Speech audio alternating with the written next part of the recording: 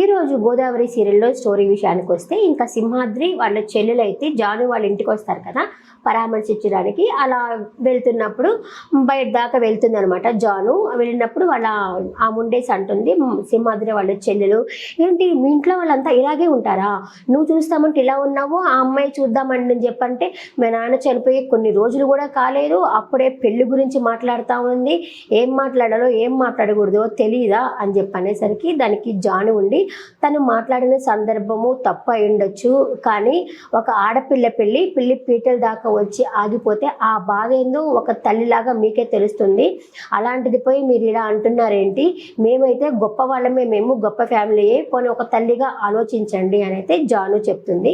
చెప్పేసి అయితే ఇంక లోపలికి వస్తుంది. ఇక్కడ అలకనంద వాళ్ళ అమ్మ వచ్చేసి అలకనంద మీద కోప్పడుతుంది అనమాట. అసలు నీకు కొంచెమన్నా బుద్ధి ఉందా బుద్ధి లేదా అనేసి చంపక మళ్ళొచ్చి ఒకటి ఇస్తుంది. మీ నాన్న చనిపోయి కనీసం కన్నీళ్ళు కూడా ఆరలేదు, నువ్వు వచ్చేసి పెళ్లి గురించి మాట్లాడుతున్నావా, అంతలో సింహాద్రి వాళ్ళ చెల్లెల ముందు అట్లా మాట్లాడడం ఎంత మాత్రం కరెక్ట్, మన గురించి వాళ్ళు ఏమనుకుంటారు, ఇంత పెళ్లి పిచ్చి ఉంది అని చెప్పేసి అనుకుంటారు కదా అని చెప్పేసి అనేసరికి ఆ అమ్మాయి కూడా అంటుంది, ఇప్పటికే నాకు పాపం ఆ అమ్మాయి చెప్పే దాంట్లో కూడా నిజం ఉంది అనిపించింది.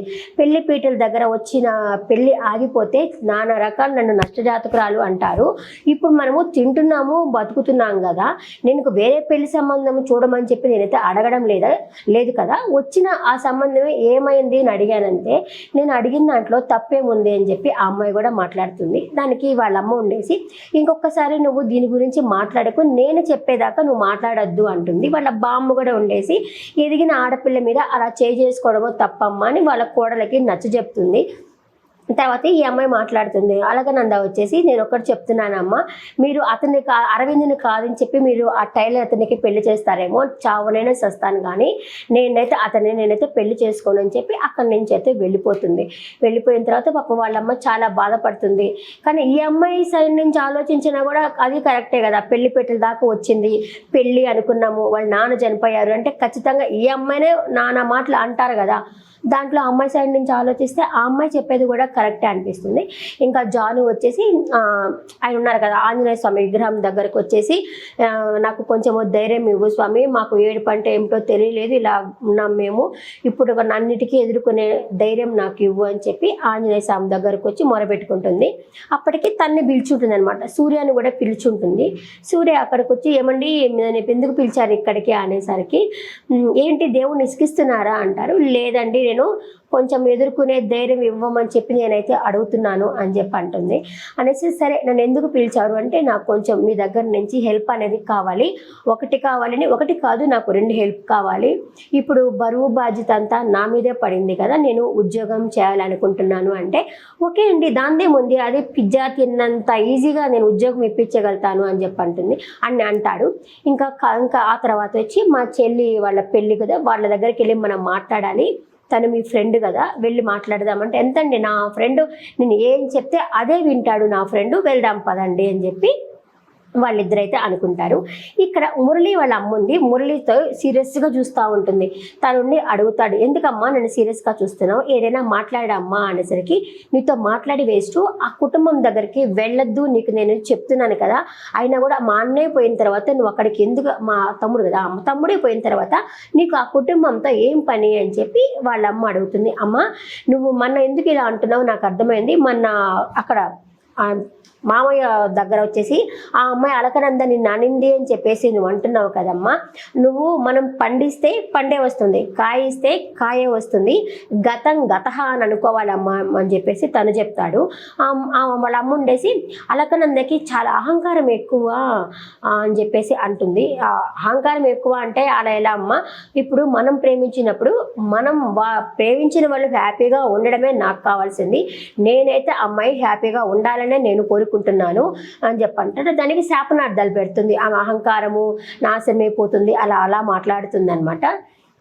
అలా మాట్లాడద్దామా, పైన తదాస్తు దేవతలు ఉంటారు, నువ్వు అలా మాట్లాడొద్దు అని చెప్తాడు. మురళి అయితే కొంచెం మంచోడుగా అనిపిస్తున్నాడు నాకు, కానీ ఈమె సూటిపోటి మాట్లాడుతూ ఉంది. ఎవరైనా సరే మేనత్తులు అలా మాట్లాడతారా, మన బాగుండాలని చెప్పి కోరుకోవాలి కానీ మీరు నాశనమైపోవాలని ఎవరైనా కోరుకుంటారా, ఉన్నారులేండి కానీ ఆమె అలా మాట్లాడడం అయితే చాలా తప్పు అనిపించింది. పాపం బాధల్లో ఉన్నప్పుడు పలకరించాలి కానీ అలా శాపనార్థాలు అయితే అలా పెట్టకూడదు. చెప్పేసి నాకు వాళ్ళ హ్యాపీనెస్సే నేను కోరుకుంటున్నాను, వాళ్ళ కుటుంబాన్ని నేను చూసుకుంటున్నాను అని చెప్పేసి మురళి అయితే చెప్తాడు. అదైతే నాకు బాగా చెప్పాడు అనిపించింది నాకు. ఇంకా సూర్య అండ్ ఈ అమ్మాయి ఉంది కదా, వాళ్ళిద్దరైతే వాళ్ళ ఇంటికి వస్తారనమాట. వాళ్ళ ఇంటికి వచ్చి ఈ అమ్మాయి నమస్తే మామయ్య అని చెప్పేసి అంటుంది. కూర్చోండి అంటారు. వాళ్ళు ఎందుకు పెద్ద డబ్బే ప్రపంచము, డబ్బే లోకం అనుకున్నట్టు బిహేవ్ చేస్తున్నారు వాళ్ళైతే. నమస్తే అంటే కూర్చోండి అని చెప్పిన తర్వాత ఆ అమ్మాయి అడుగుతుంది, ఏంటి మీరంతా ప్యాక్ చేసుకుంటున్నారు, ఎక్కడికైనా వెళ్తున్నారా అంటే, ఒక 10 రోజుల్లో మా అబ్బాయి అమెరికాకు పోవాలి కదా అని చెప్పి అనేసరికి, పెళ్ళి అనుకున్నాము, మీరు వచ్చి ఇంటి దగ్గరకు వచ్చి ఏమీ మాట్లాడలేదు అనేసరికి, మేము పెళ్ళి వద్దనుకుంటున్నాము అందుకే వచ్చి మాట్లాడలేదు, మళ్ళీ ఆ మాట చెప్తే మీ నాన్నగారు చనిపోయిన బాధల్లో మీరున్నారు కదా, మళ్ళీ చెప్తే మీరు ఏమన్నా అనుకుంటారేమో అని చెప్పి మేమైతే రాలేదు, అదే మీరు బాధపడతారేమోనని నేనైతే రాలేదు అని చెప్తారు. దానికి జాను అడుగుతుంది, కాదు మీరేమన్నా మా నాన్నగారు చనిపోయినందువల్ల ఏమన్నా అపశకునంగా ఏమన్నా అనుకుంటున్నారంటే, అదేమీ లేదు, కాకపోతే ఆయన టైం అక్కడ దాకే బతుకున్నారు కాబట్టి అక్కడ దాకే అనుకున్నాం, కానీ అలా అయితే ఏమి అనుకోలేదు అంటారు. మరి ఏమైంది అని చెప్పి అనేసరికి తోట, మీకు ఆ తోట ఇవ్వము అని చెప్పి ఏమన్నా అనుకుంటున్నారా, తోట కాగితాలు మా దగ్గరే ఉన్నాయి, మేము ఇస్తాము, పెళ్ళి అయితే బాగా జరిపిస్తాము అనేసరికి, తోట ప్రాబ్లంలో ఉంది అని చెప్పేసి సింహాద్రి చెప్పాడు అని చెప్పి అరవింద్ ఉన్నాడు కదా అతనైతే చెప్తాడు. దానికి ఈ అమ్మాయి ఉండేసి, లేదు ఆయన ఎప్పుడు కావాలంటే అప్పుడు ఇస్తాడు, మీరు ఎలాగో 10 రోజుల్లో ఊరు వెళ్ళాలి అనుకుంటున్నారు కదా, నాకు కొంచెం టైం ఇవ్వండి, నేను 10 రోజులు చూసి ఆ తోట కాగితాలు తీసుకొని వచ్చి మీకు నేను ఇస్తాను అని చెప్పేసి అయితే తను చెప్తుంది. అప్పటికి సూర్యకి చాలా కోపం వస్తూ ఉంటుంది.